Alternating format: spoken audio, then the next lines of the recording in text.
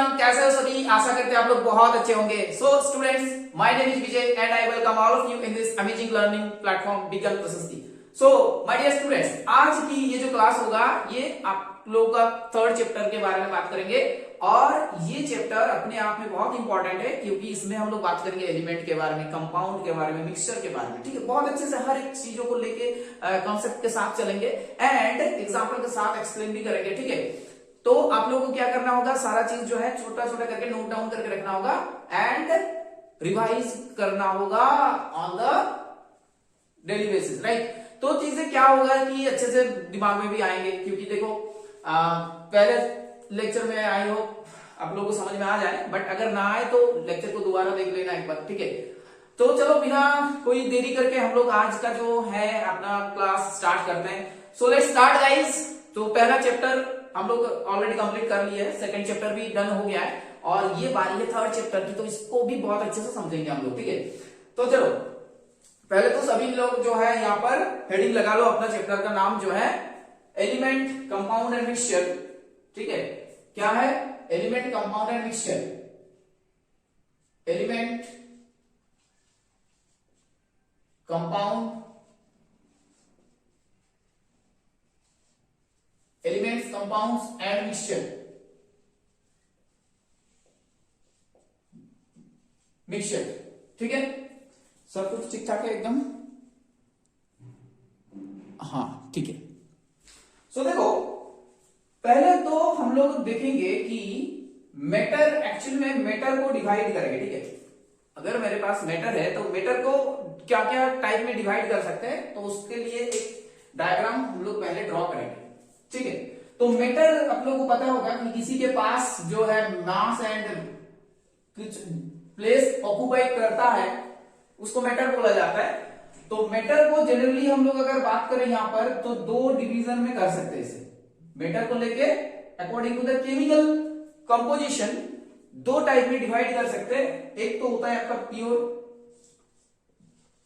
एक होगा आपका प्योर एंड सेकेंड होगा आपका इम्प्योर, राइट। एक होगा आपका प्योर और एक होगा आपका इम्प्योर। अब देखो प्योर को अगर डिवाइड करें तो दो टाइप में डिवाइड कर सकते हैं प्योर को। आपका प्योर हो, प्योर में अगर हम लोग इसको और भी फर्दर डिवाइड करें तो प्योर में आएंगे क्या ना, एलिमेंट्स आएंगे, समझ में आया। प्योर में आएंगे आपका एलिमेंट्स, ठीक है, और क्या आ जाएंगे, कंपाउंड। तो प्योर में आ जाएगा ये सब कंपाउंड्स एंड एलिमेंट्स। अब देखो इम्प्योर की अगर बात करें तो यहां पर क्या आ जाएंगे, मिक्सचर आ जाएंगे, मिक्सचर, राइट। यहां पर क्या आ जाएंगे, मिक्सचर। अब देखो ये लोगों को और भी फर्दर हम लोग डिवाइड कर सकते हैं, इसको और भी फर्दर हम लोग डिवाइड कर सकते हैं। कैसे? तो देखो एलिमेंट जो है ये आपका क्या क्या, एलिमेंट को कैसे समझेंगे, क्या क्या चीज हो सकता है एलिमेंट में। तो देखो एलिमेंट में आपका आता है metal, non metal, metalloid, noble gas. ठीक है, क्या क्या बताया वो सारा चीज लिख रहे हैं। देखो metal, metal, non metals, non metals, metalloid, metalloid and noble gas, noble gas. Okay, तो ये आ गया आपका एलिमेंट सेक्टर में। अब देखो कंपाउंड में अगर बात करें हम लोग तो कंपाउंड में क्या क्या आ सकता है, कंपाउंड में क्या आएंगे, ओके चलो इम्प्योर में अगर बात करें तो मिक्सचर की बात हो रहा था। तो देखो कंपाउंड्स में क्या होगा आपका, inorganic compounds, organic compounds, right. तो ये होगा आपका इनऑर्गेनिक कंपाउंड्स, इनऑर्गेनिक कंपाउंड्स, ठीक है। नेक्स्ट होगा आपका organic compounds, organic compounds, organic compounds, okay. Mixture में अगर बात करें तो homogeneous mixture and heterogeneous mixture, ठीक है। Homogeneous, homogeneous and heterogeneous, heterogeneous. बताओ ये चार्ट क्लियर हुआ पहले कि हम लोग क्या किए ना, मेटर्स को डिवाइड किए। मेटर्स को पहले डिवाइड कर लिए डिफरेंट डिफरेंट सेक्शन में, जैसे प्योर एंड इम्प्योर में। ओके, अब प्योर में देखो आप लोग एलिमेंट और कंपाउंड आता है, और एलिमेंट में क्या आएंगे, मेटल आएंगे, नॉन मेटल आएंगे, मेटलॉइड्स आएंगे, नोबल गैसेस आएंगे, राइट। एंड कंपाउंड्स की अगर बात करें तो इनऑर्गेनिक कंपाउंड्स, ऑर्गेनिक कंपाउंड्स, ऐसे करके डिवाइड कर सकते हैं हम लोग। और इम्प्योर की बात करें तो मिक्सचर आ जाएंगे आपके पास, एंड होमोजेनियस एंड हेटेरोजेनियस, ये दो टाइप में मिक्सचर को डिवाइड कर सकते हैं। बताओ, ये जो कैटेगराइजेशन किए हम, उसमें किसी को कोई दिक्कत है तो बताओ।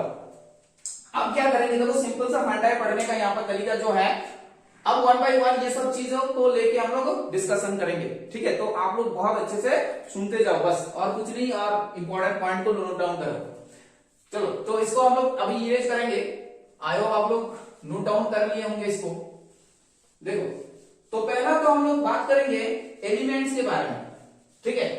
तो एलिमेंट्स होता क्या है, अब पहले प्योर सब्सटेंस होता क्या है, इसको तो समझ लो थोड़ा। प्योर सब्सटेंस होता क्या है, तो देखो प्योर सब्सटेंस का मतलब है आपके पास, प्योर सब्सटेंस कि वो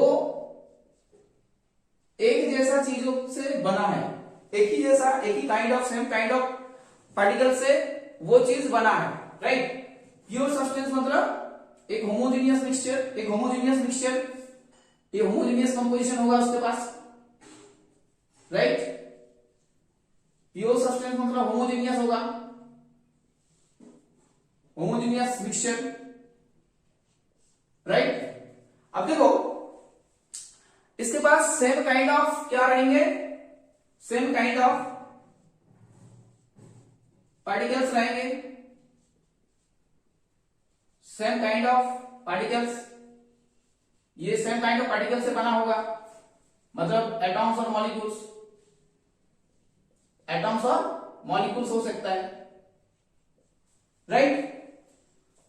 तो होमोजेनियस मिक्सचर होगा और सेम काइंड ऑफ एटॉम से बना होगा। अब देखो, एक चीज दिमाग में आ रहा होगा कि होमोजेनियस मिक्सचर क्या हमेशा प्योर सब्सटेंस होगा।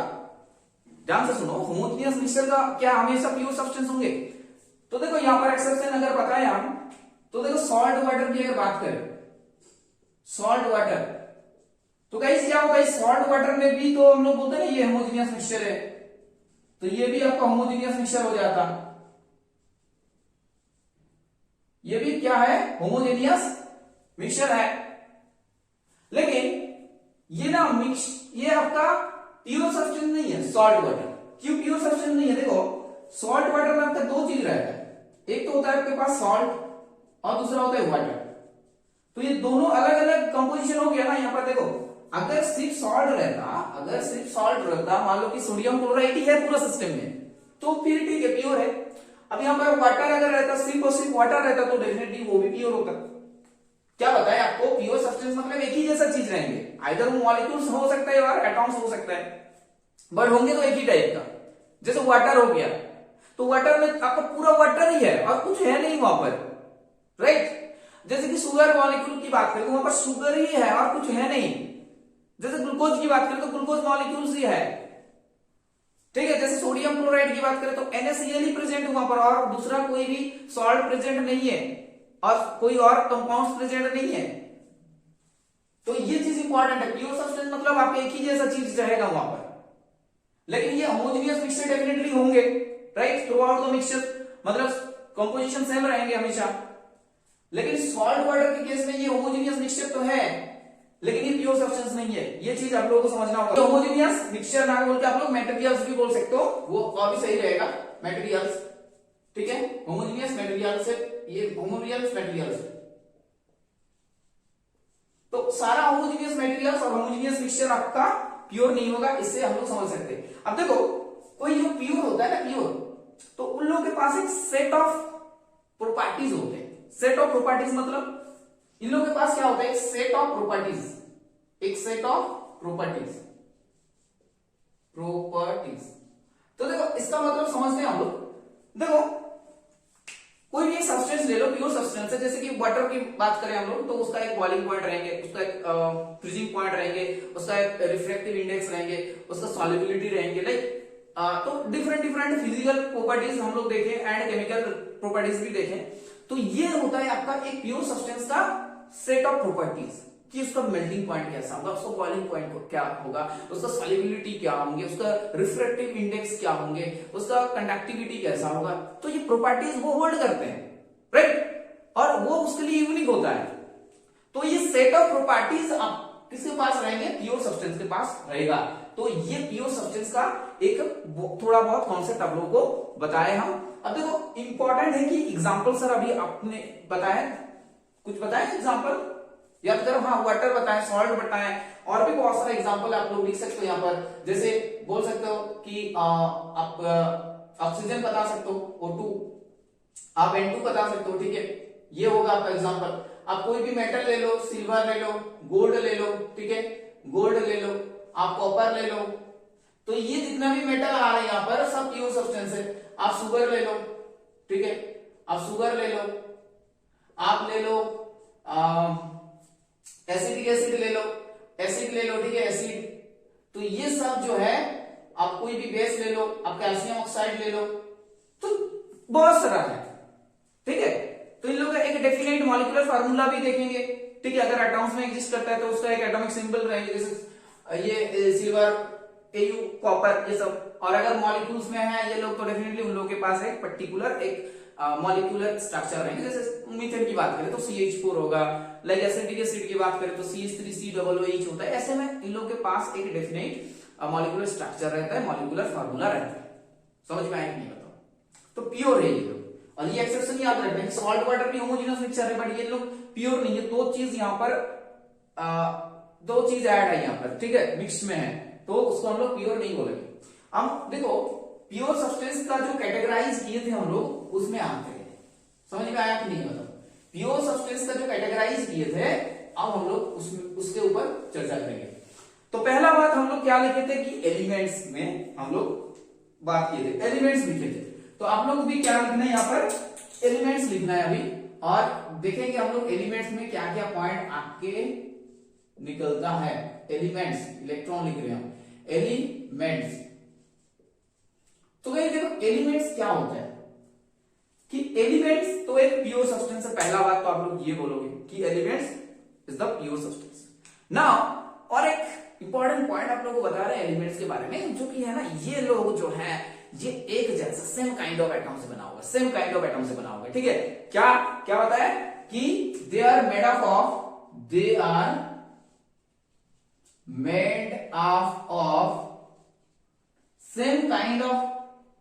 सेम काइंड ऑफ एटम, ठीक है। ये क्या है कि एक जैसा एटम से बनेंगे, एक जैसा एटम से ये लोग बनेंगे। एंड ये एटॉम्स को अलग नहीं कर सकते, मतलब you can not divide it further, छोटा नहीं कर सकते, can't divide it further by any known chemical and physical methods, right. तो the constituent cannot be separated, you can say, or can't be divided smaller, so can't be divided smaller, और छोटा नहीं कर सकते, बाय एनी नोन केमिकल और physical process, chemical और physical change, physical process, right. अब देखो क्या चीज है, समझ लो पहले क्या है कि क्या बोल रहा है कि ये एलिमेंट्स जो है वो made up of same kind of atom से बना होगा। First of all same kind of atom से बना होगा, and can not be divided smaller by any known chemical and physical process. नहीं समझ में आया? देखो एलिमेंट्स का एक एग्जांपल लेते हैं, जैसे एक आयरन का ब्लॉक ले लो आप लोग। तो ये आयरन का ब्लॉक है, ये है आपका Fe ब्लॉक, Fe का कोई भी एक ब्लॉक है। अब इसको छोटा करो, इसको छोटा करे तो इसको छोटा कर दिया हम, चलो बहुत सारे टुकड़ों में ऐसे छोटा कर दिए, और क्या किए, और छोटा किए, और छोटा किए, और स्मॉल स्मॉल पार्ट्स में डिवाइड किए इसको, फिर क्या किए और भी छोटा किया, ऐसे ऐसे छोटा करते गए।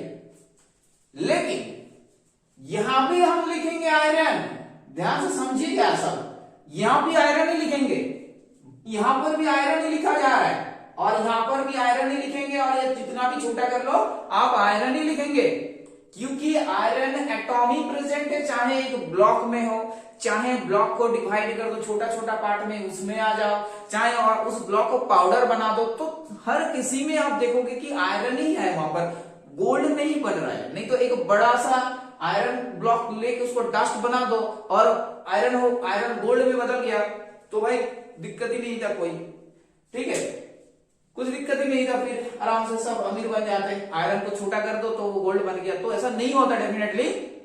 आयरन को छोटा करो आयरन ही रहेंगे, और भी छोटा करो आयरन ही रहेंगे, ये इंपॉर्टेंट है। केमिकल कंपोजिशन इसका सेम रहेगा क्योंकि ये सेम काइंड ऑफ एटॉम से बना होगा, राइट। समझ में आया कि नहीं, बताओ ये कॉन्सेप्ट समझ में आया कि नहीं है। अब ये चीज आप हर एक एटॉम्स के साथ, हर एक सिस्टम के साथ कर सकते हो। जैसे कि यहाँ पर आप गोल्ड ले लिए तो गोल्ड का ही छोटा छोटा पार्ट्स मिलेंगे, आप यहाँ पर सिल्वर का ले लो तो ऐसे करके, ठीक है, राइट। और ये आयरन एटॉम को आप लोग क्या कर नहीं सकते, छोटा नहीं कर सकते, जितना भी छोटा कर लो वो सेम ही रहेंगे उसका कंपोजिशन। आयरन को छोटा करोगे तो क्या मिलेगा, आयरन एटॉम्स को तो हम तोड़ नहीं सकते, मतलब ऐसे तोड़ नहीं रहे नॉर्मल, ठीक है, नहीं तो इलेक्ट्रॉन प्रोटॉन तो सभी के पास है, सभी एटॉम्स के पास है, लेकिन एक स्मॉलेस्ट यूनिट में अगर जाएंगे तो देखेंगे हमेशा आयरन ही मिलेंगे, एक स्मॉलेस्ट यूनिट में जाएंगे तो, ठीक है, वही छोटा है और उससे छोटा नहीं कर सकते हम लोग। और इसमें डिफरेंस कहां पर आ रहा है, मान लो कि ये कंपोजिशन होता आयरन ऑक्साइड का कुछ होता तो वहां पर हम लोग इजीली उसको उससे डिफरेंट पार्ट्स बना सकते थे। जैसे आयरन ऑक्साइड हो गया तो आयरन हीट कर दो, लाइक आयरन ऑक्सीजन मिल गया, ऐसे और भी जो कैल्शियम कार्बोनेट है उसको आप लोग हीट कर दो तो उससे अलग अलग चीजें बना सकते हैं, जैसे कैल्शियम, बहुत सारे डिफरेंट टाइप ऑफ एलिमेंट से बना होगा, वो डिफरेंट टाइप ऑफ एटम से बना होगा, तो डेफिनेटली वहां पर आप लोगों को डिफरेंट एटम्स मिल जाएंगे। अलग भी कर सकते हो आप लोग by applying different type of physical and chemical process. लेकिन यहाँ पर आयरन को आयरन ही रखना है, आयरन को आयरन से अलग कैसे करोगे आप लोग, आयरन ही मिलेंगे हमेशा। तो आई होप आप लोगों को ये एलिमेंट्स के बारे में कॉन्सेप्ट क्लियर हो गया है, ठीक है, और ये प्योर में आते हैं। अब देखो ये एलिमेंट्स के डिवाइड, अगर एलिमेंट्स को फर्दर डिवाइड करें हम लोग और भी बहुत अच्छे से समझे तो ये जो पीरियडिक टेबल आता है ना, तो उसमें देखो आप लोग एलिमेंट्स, इतना सारा एलिमेंट्स है पीरियड में और ग्रुप में हम लोगों को रखा गया है, राइट। तो उसमें हम लोग देखेंगे कुछ मेटल्स रहेंगे, यस, इस एलिमेंट्स में कुछ रहेंगे मेटल्स, कुछ आप लोगों के पास रहेंगे नॉन मेटल्स एंड कुछ रहेंगे मेटालॉइड्स एंड नोबल गैसेस। तो वन बाय वन उसी डिवीजन को हम लोग लिखेंगे एंड एक्सप्लेन करेंगे, ठीक है। तो एलिमेंट्स में पहला जो डिवीजन आप लोग लिखे हो उसमें आया था मेटल। सो गाइस हेडिंग लगा लो सभी कि मेटल के बारे में तो अभी हम लोग बात करेंगे, ठीक है, मेटल के बारे में अभी हम लोग बात करेंगे। चलो हेडिंग लगाओ मेटल, मेटल, ठीक है, मेटल्स। तो मेटल्स क्या है, एक एलिमेंट है। अब इस मेटल्स का आप कुछ कैरेक्टरिस्टिक देखेंगे, ठीक है। तो कैसे कैरेक्टरिस्टिक क्या सब होता है मेटल का, एग्जांपल के साथ चलेंगे तो अच्छे से समझ में आएंगे। देखो फर्स्ट ऑफ ऑल एक मेटल है आपके पास, मान के चलो, ठीक है, एक गोल्ड का मेटल है Au। तो इस गोल्ड का मेटल क्या करता है, आप मेटल को देख के क्या लगेगा कि जब उसको काटोगे आप लोग, यहां से मान लो इसको एक ऐसे काट दिए, राइट, यहां से कट कर दिए तो उसमें एक नया एज निकल के आएगा, एक नया सरफेस आएगा जो कि शाइनिंग सरफेस होंगे। तो क्या होगा कि ये मेटल जो होता है वो शाइनिंग सरफेस होता है हम लोगों का, शाइनिंग सरफेस, राइट। ये एक इंपॉर्टेंट चीज है यहां पर।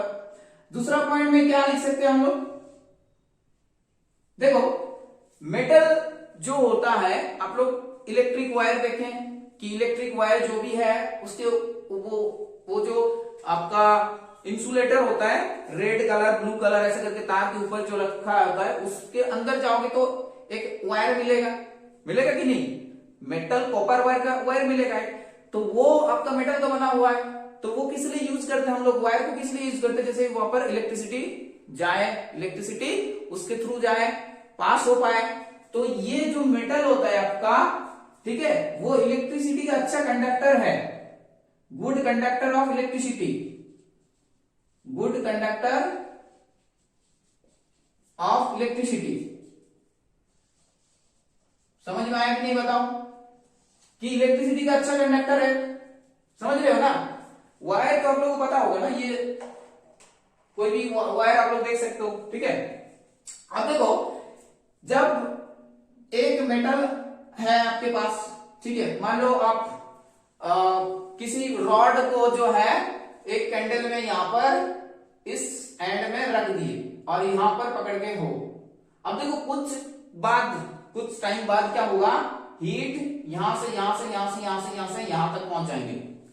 कंडक्शन से यहां से इस पॉइंट ए से पॉइंट बी में पहुंच जाएंगे और एनर्जी ट्रांसफर होने के बाद हीट यहां पर भी पहुंच जाएंगे और आप इसको पकड़ के नहीं रख सकते, छोड़ देना पड़ेगा कि गर्मी लग रहा है भाई छोड़ दो इसको। तो क्या है कि ये हीट को कंडक्ट कर रहा है, देखो हीट हम यहां सप्लाई कर रहे हैं लेकिन वो हीट जा रहा है यहां पर, तो मेटल के थ्रू जा रहा है ये, राइट। तो मेटल क्या करता है आपका, ये हीट का एक बहुत अच्छा कंडक्टर है, हीट का क्या है, एक बहुत अच्छा कंडक्टर है, समझ रहे हो ना। हीट कंडक्ट भी करता है ये लोग, तो good conductor of heat, good conductor of heat, good conductor of heat.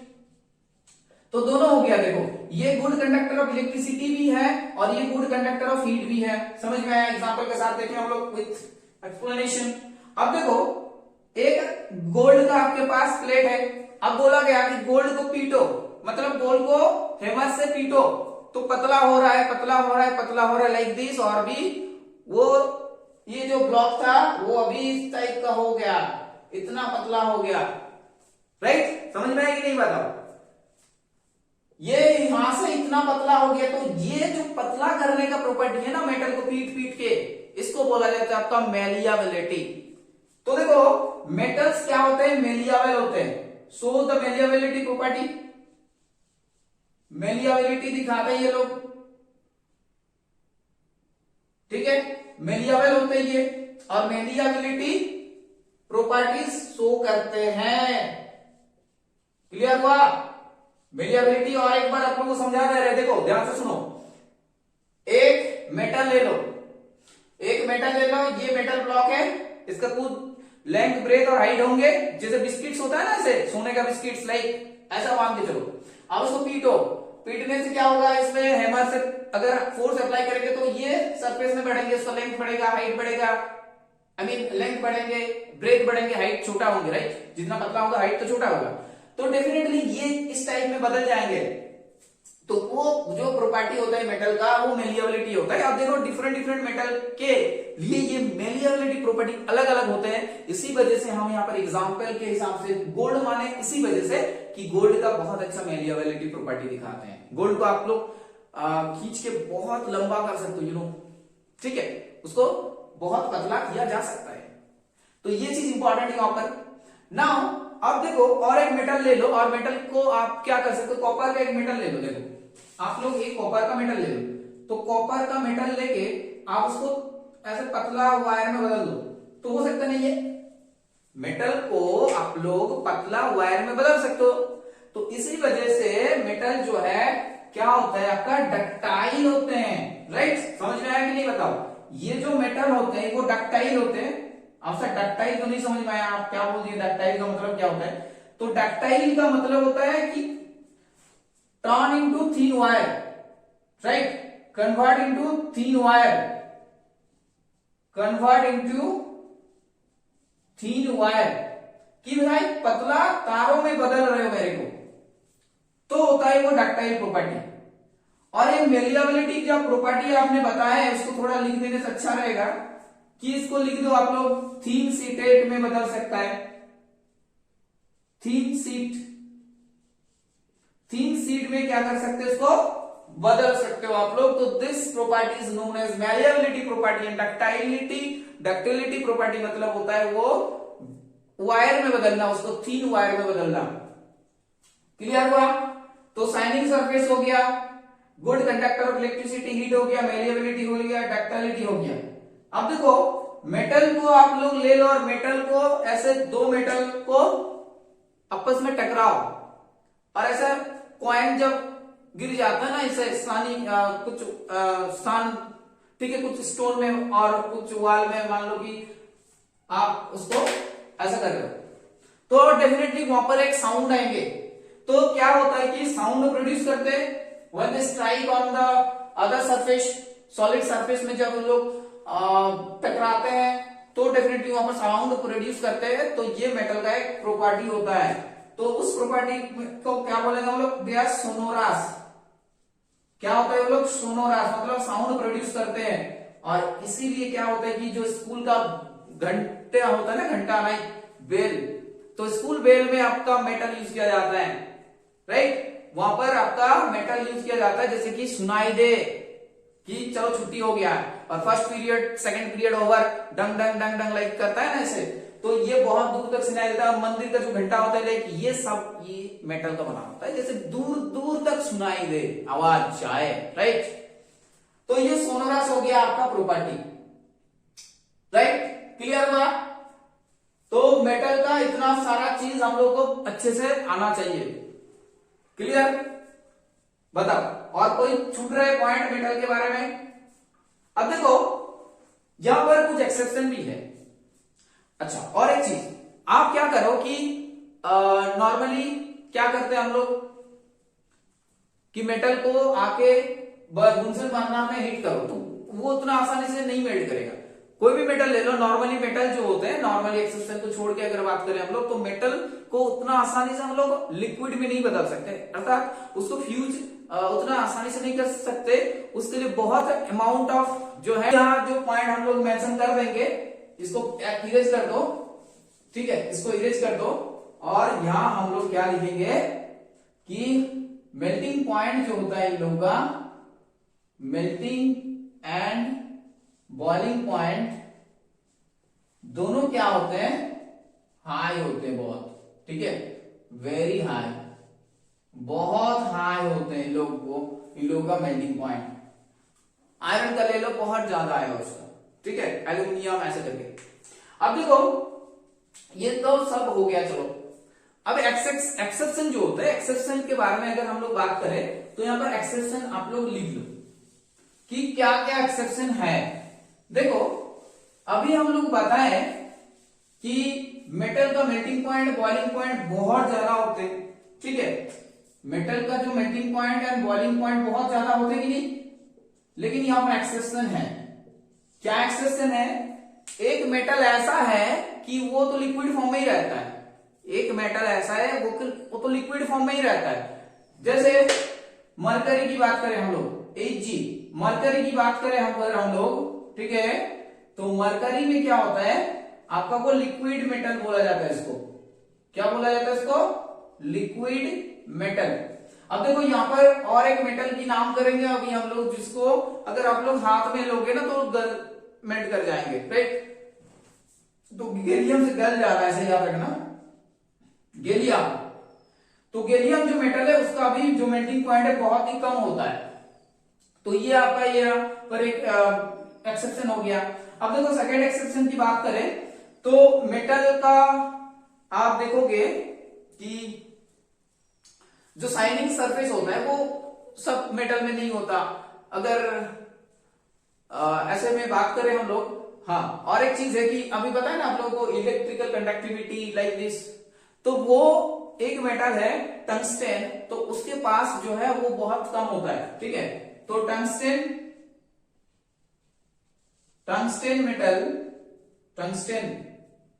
Metal क्या है, इसके पास लो इलेक्ट्रिकल कंडक्टिविटी।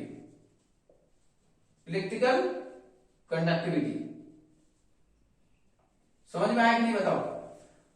तो ये ब्रिटल नहीं होते, टूट नहीं जाता, लेकिन आई मीन सॉफ्ट नहीं होते, हार्ड होते हैं, लेकिन आप लोग पता है सोडियम जो होता है, सोडियम पोटेशियम, ठीक है, सोडियम एंड पोटेशियम, ये दोनों क्या है, बहुत सॉफ्ट है, ऐसा नाइफ में भी काट सकते हो इसको, ठीक है, ये बहुत सॉफ्ट मेटल होते हैं, क्लियर हुआ, ये सॉफ्ट मेटल होते हैं। अब देखो जिंक की अगर बात करें तो वो डक्टाइल भी नहीं है और मिलिएबल भी नहीं है। जिंक की अगर बात करें हम लोग तो zinc is neither ductile nor malleable.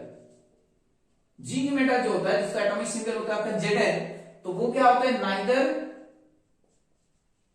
Ductile nor malleable. Clear?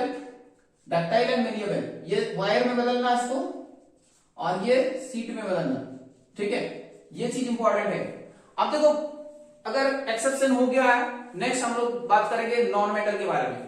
तो देखो मेटल जैसा नॉन मेटल भी है, बस प्रॉपर्टीज जानो, एक्सेप्शन जानो और खत्म, ठीक है। तो हेडिंग लगाओ नॉन मेटल्स। तो देखो नॉन मेटल्स के बारे में हम लोग अभी बात करेंगे। नॉन मेटल, नॉन मेटल, अब देखो नॉन मेटल में क्या है, नॉन मेटल के पास अगर देखें हम लोग तो ना इसके पास शाइनिंग सरफेस होते हैं, तो they do not possess shining surface, do not possess shining surface, shining surface, right, समझ में आया, शाइनिंग सरफेस नहीं होता। और इन लोग का पास जो मेल्टिंग पॉइंट बॉइलिंग पॉइंट है तो लो होता है, very low melting point and boiling point, ठीक है। Melting point and boiling point कम होता है, ये कम होता है बहुत। अगर देखें कि ये लोग कंडक्टिविटी नहीं दिखाते, they do not shows conductivity electrical and thermal, they do not conduct electricity, conduct heat and electricity। वो लोग क्या करते हैं, हीट भी और इलेक्ट्रिसिटी दोनों में से किसी को कॉन्डक्ट नहीं कर सकते। फोर्थ क्या होगा कि ये लोग ना तो मिलिएबल है ना तो डक्टाइल है, they are not malleable not ductile, they are not malleable और नॉट डक्टाइल। ना तो ये लोग मिलिएबल है ना तो ये लोग डक्टाइल है, ना तो इन लोगों को पतला सीटों में बदल सकते हो, ना कि ये लोगों को थीन वायर में बदला जा सकता है, ठीक है, क्लियर हुआ। और क्या चीज है कि सोनोरस नहीं होता, दे आर नॉट सोनोरस,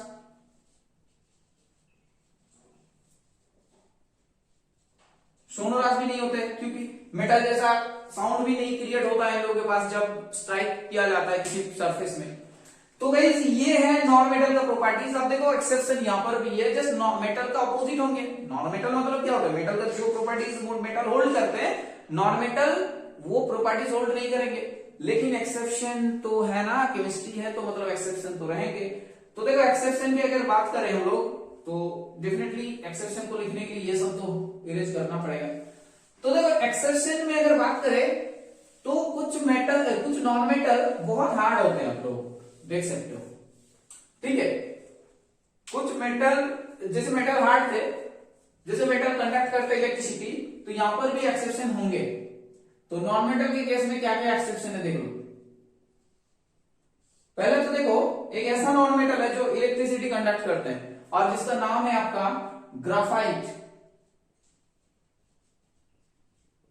जो ग्राफाइट होता है वो क्या करते हैं, वो कंडक्ट इलेक्ट्रिसिटी।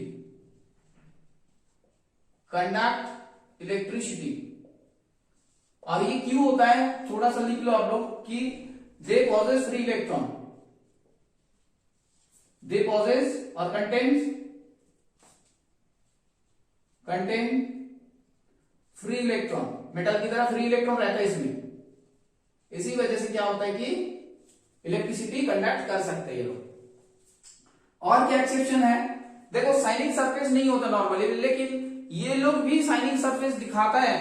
एक्सेप्शन है यहां पर, आयोडीन की बात करते हैं तो वहां पर देख सकते हो ये लोग शाइनिंग सरफेस दिखाते हैं, मतलब क्लस्टर बनाते हैं ये लोग, क्लस्टर, ठीक है, क्लस्टर बनाते हैं, क्लस्टर,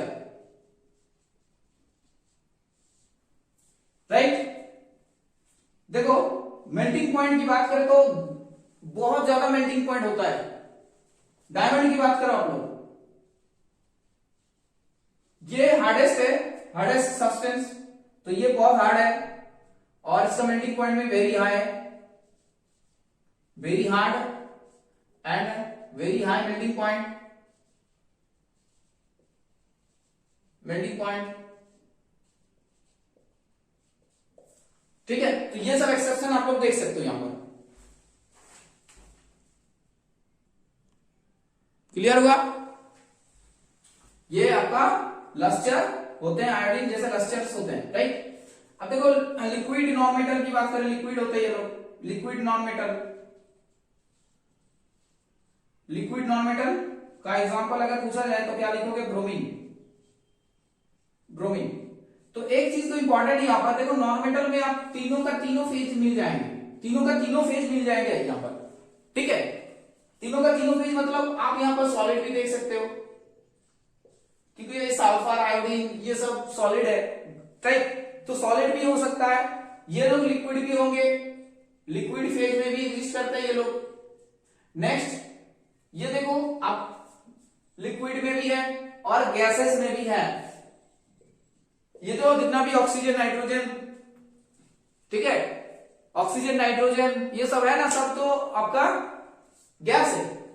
और नॉन मेटल की बात करें तो बहुत सारे नॉन मेटल के नाम है, carbon, nitrogen, phosphorus, iodine, sulphur, ऐसा हजारों नाम आप लोग बोल सकते हो, मतलब हजारों नहीं है बट कुछ तो नाम बता ही सकते हो पीरियोडिक टेबल से, राइट।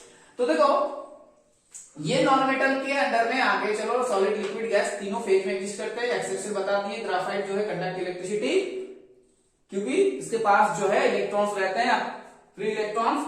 आयोडीन जो होता है लस्टरस होते हैं, डायमंड जो होता है very hard and very high melting point, और लिक्विड नॉन मेटल की बात करें तो ब्रोमीन। यहां तक सभी बच्चे को जो है आई होप कोई दिक्कत नहीं होने वाला चाहिए, राइट। सब कुछ क्लियर है कि नहीं बताओ, आगे बढ़ते हैं।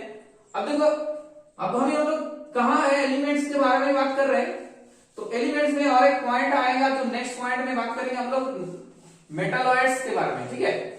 मेटालॉइड्स के बारे में हम लोग अभी चर्चा करने वाले हैं। तो देखो मेटालॉइड्स है क्या, पहले तो हेडिंग लगाओ आप लोग, metalloids. Metalloids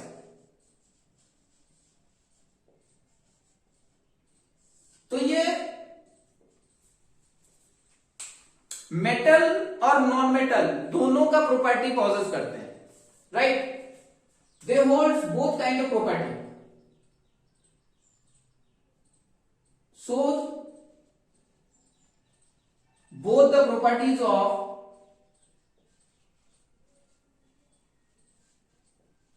properties of metal and non metals, ठीक है। समझ में आया कि मेटल और नॉन मेटल दोनों प्रॉपर्टी ये लोग शो कर सकते हैं। तो एग्जांपल बताते हैं कुछ, तो एग्जांपल याद रखना, मेटालॉइड्स का आता है एग्जाम में बहुत सारा, बहुत बार पूछा गया है, ये बहुत बार पूछा गया है मेटालॉइड्स का एग्जांपल। तो देखो आर्सेनिक, ठीक है, एंटीमोनी, देखो बिस्माथ, ठीक है, जर्मेनियम, तो ये सब है। आर्सेनिक इसका एटॉमिक सिंबल देख लो AS, एंटीमोनी A, एंटीमोनी मतलब SB, राइट, बिस्माथ मतलब BI और जर्मेनियम GE। तो ये चार याद रख लेना आप लोग, ठीक है। आर्सेनिक, एंटीमोनी, बिस्माथ, जर्मेनियम मेटालॉइड्स है। अब मेटालॉइड्स का क्राइटेरिया क्या है कि ये दोनों मेटल भी काम कर सकता है, नॉन मेटल का प्रॉपर्टीज भी होल्ड करेंगे, ठीक है। मेटालॉइड समझ में आया। अब देखो ये मेटालॉइड्स के पास अभी डाटा, मेटालॉइड्स के बारे में बस इतना ही याद रख लो कि एग्जांपल और प्रॉपर्टीज, आई मीन मेटल और नॉन मेटल दोनों से करते हैं। अब देखो एलिमेंट का जो लास्ट पार्ट के बारे में हम लोग देख रहे थे, नोबेल गैस। तो नोबेल गैस हेडिंग लगाओ अभी, तो नोबेल गैस क्या होता है? नोबेल गैस क्या होता है? नोबेल गैस ये भी आपका नॉन मेटल है, मतलब नॉन मेटल है कि नहीं, तो इसको अलग तरीके से रखे हैं इसीलिए कि ये जो है नोबेल गैस, ये लोग इनर्ट हैं। जी हां, ये लोग इनर्ट है, इनर्ट गैस है ये लोग, do not react, do not react, ये लोग रिएक्ट नहीं करते, इनर्ट रहते हैं। एक्सेप्शन है बट वो छोड़ के ही बता रहे हैं हम अभी। ये डू नॉट रिएक्ट, रिलैक्टेंस रहते हैं रिएक्शन में, इनर्ट गैस है। तो इन लोगों का एग्जांपल क्या क्या है, जैसे देखो आर्गन, आर्गन, हीलियम, नियन, ठीक है, क्रिप्टन, रेडन, जेनन, ये सब एग्जांपल आप लोग याद कर लो। नोबेल गैस का एग्जांपल है ये सब,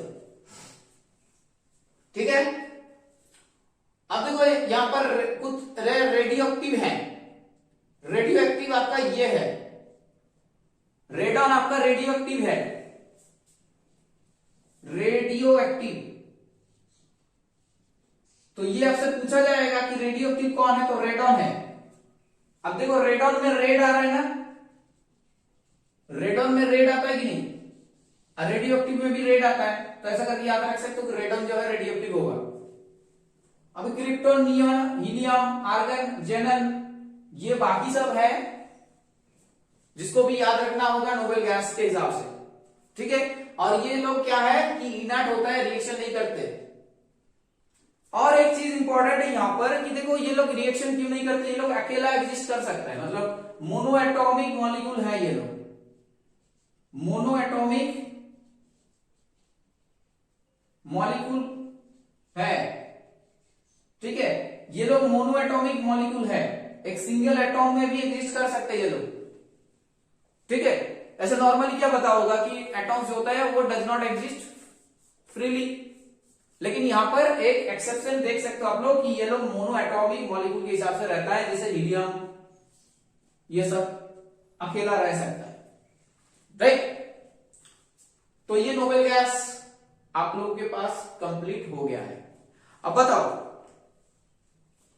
और क्या चीज चाहिए यहां पर, आई मीन और क्या चीज इंपॉर्टेंट है, आप लोग देख सकते हो। इनर्ट गैस लेस रिएक्टिव है ये लोग, डू नॉट रिएक्ट, और you can say less reactive, very less reactive, ठीक है।